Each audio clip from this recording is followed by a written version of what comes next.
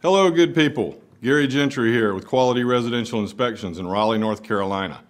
Here in North Carolina, home inspectors are required to report on conditions that are safety issues, on materials, systems, or components that aren't functioning as intended, and on items that might either need to be monitored over time or that might require subsequent observation and opinion by some other professional, like a licensed electrician or a professional engineer. When faced with a decision as to whether or not a particular observation is worthy of any of those categories, a reasonable amount of thought goes into the process.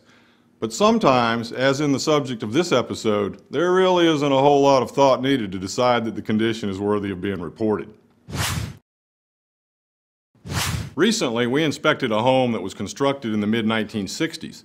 The home was constructed on a basement foundation and was situated on a lot that sloped dramatically from the front to the rear. One of the most notable observations was that there was a rear entry door that was quite a distance above the ground below, and there wasn't any deck present. But one of the most reportable issues was that an exterior door hadn't been permanently secured closed. In fact, the doorknob wasn't even functional.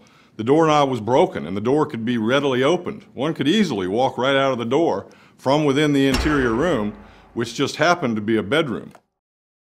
Now that would be a long first step, and the thought came to me of someone sleepwalking, and in some basic research I learned that a surprisingly large percentage of children, as well as a fairly high percentage of adults, sleepwalk at some time during their lives.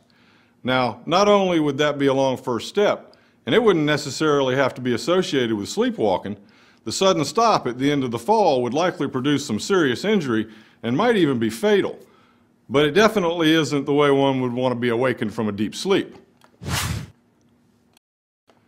So we reported to our client that this was a serious safety issue that needed to be resolved prior to closing, and that the door was in need of being permanently and mechanically secured in a closed configuration by a competent professional.